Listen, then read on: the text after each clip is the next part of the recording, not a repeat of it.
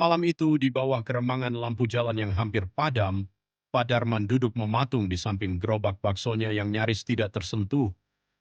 Hanya ada 3 mangkuk yang terjual sejak pagi, menyisakan tumpukan sisa bahan yang mulai membusuk. Harapan yang selama ini dijaga perlahan terkikis oleh rasa frustrasi yang mendalam dan hinaan dari pesaing-pesaing di sekitarnya yang usahanya jauh lebih berkembang. Istrinya hanya bisa menunduk pasrah di sudut warung, membiarkan keheningan menyelimuti mereka berdua yang kini terasa seberat beban hidup yang harus dipikul. Keputusan itu diambil dengan terburu-buru, dipicu oleh keputusasaan yang sudah mencapai puncaknya. Pak Darman menyelinap keluar saat tengah malam menuju ke sebuah makam tua di pinggiran hutan desa yang angker, tempat di mana rumor tentang jalan pintas beredar. Di sana, di bawah pohon beringin yang akarnya menjuntai hingga ke tanah, sebuah perjanjian sunyi terjalin. Ia menerima sebuah wadah berisi minyak kental berwarna pekat yang mengeluarkan aroma tidak wajar. Tidak ada kata-kata yang diucapkan, hanya sebuah anggukan kepala sebagai tanda kesepakatan yang mengikat jiwa. Sesampainya di rumah, dengan tangan yang gemetar, ia mengoleskan minyak tersebut ke setiap sudut warung tendanya. Bau anyir yang sangat tajam seketika menyeruak, membuat perutnya mual dan napasnya terasa sesak. Namun ia memaksakan diri untuk mengabaikan firasat buruk yang mulai bergejolak di hatinya, menganggap itu adalah harga yang harus dibayar demi kesuksesan yang diimpikan. Keesokan harinya perubahan itu terjadi dengan begitu drastis. Warung yang biasanya sepi mendadak diserbu oleh gelombang pelanggan yang tidak ada habisnya. Antrean mengular hingga memakan bahu jalan, menciptakan kebisingan yang belum pernah dirasakan sebelumnya. Orang-orang menyantap makanan dengan tatapan kosong, seolah kehilangan kendali atas diri mereka sendiri. Di balik keramaian itu, Pak Darman berdiri mematung di sudut dapur. Ia menatap wajah-wajah pelanggan yang lahap menyantap makanannya, namun tidak ada sedikit pun senyum kebahagiaan di wajahnya. Bau anyir yang ia rasakan semalam kini tidak pernah benar-benar hilang. Aroma itu justru semakin menyengat, melekat kuat pada uap masakan yang mengepul di udara. Ia menyadari bahwa ia telah memenangkan perhatian dunia, namun ia juga baru saja menyadari bahwa ia telah kehilangan ketenangan jiwanya untuk selamanya.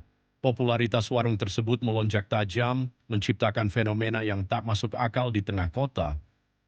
Antrean pelanggan kini memanjang hingga ke blok sebelah, menciptakan kebisingan yang konstan setiap harinya. Di balik layar, karyawan-karyawan baru mulai merasakan kejanggalan.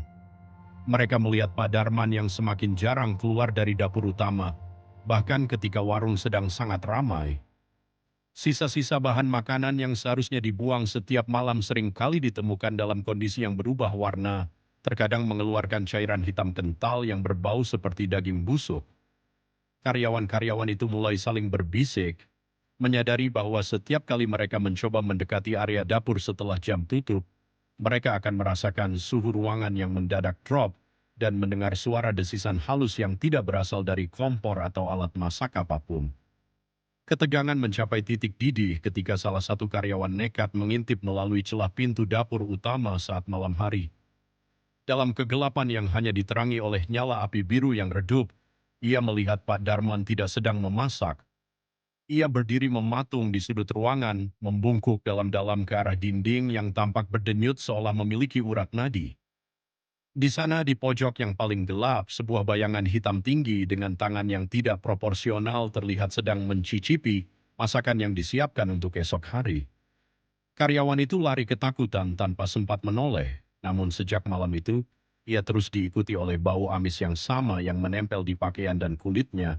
Tidak peduli seberapa banyak ia mencoba membersihkannya, warung tersebut kini terasa lebih berat dan menekan, seolah bangunan itu sendiri sedang menahan napas. Keesokan harinya, suasana berubah menjadi mencekam.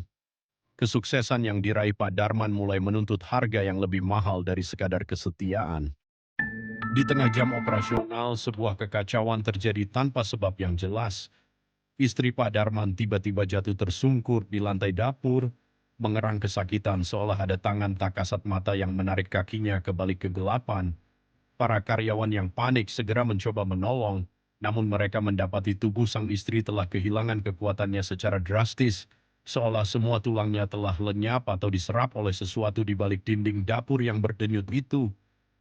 Pak Darman bukannya menolong, justru berdiri di sudut ruangan sambil tertawa histeris, terus-menerus berteriak bahwa pembayaran telah dilakukan, sementara pelanggan di luar masih tetap mengantre dengan tatapan mata yang kosong dan lapar. Malam itu berakhir dengan tragedi yang menyelimuti seluruh area warung dalam api yang membara. Tanpa ada penjelasan logis mengenai sumber apinya, bangunan itu terbakar hebat, melahap habis semua jejak perjanjian yang pernah dibuat di bawah pohon beringin. Anehnya, kobaran api itu tidak sedikit pun menyebar ke rumah-rumah warga di sekitarnya, seolah api tersebut memang sengaja dikirim hanya untuk memusnahkan warung itu hingga ke fondasinya. Pak Darman ditemukan selamat namun dalam kondisi mental yang hancur total. Ia kini mendekam di fasilitas tertutup, menghabiskan waktunya dengan terus mencoba menyuapkan daun-daun kering ke lantai dan berbicara pada sudut kosong ruangan yang hanya bisa ia lihat. Di atas lahan kosong bekas warung itu, penduduk sekitar masih sering mencium aroma masakan yang sangat lezat setiap kali angin bertiup, namun tidak ada seorang pun yang berani melangkah mendekat, karena mereka tahu bahwa aroma itu adalah aroma penyesalan yang tidak akan pernah bisa ditebus oleh nyawa manapun.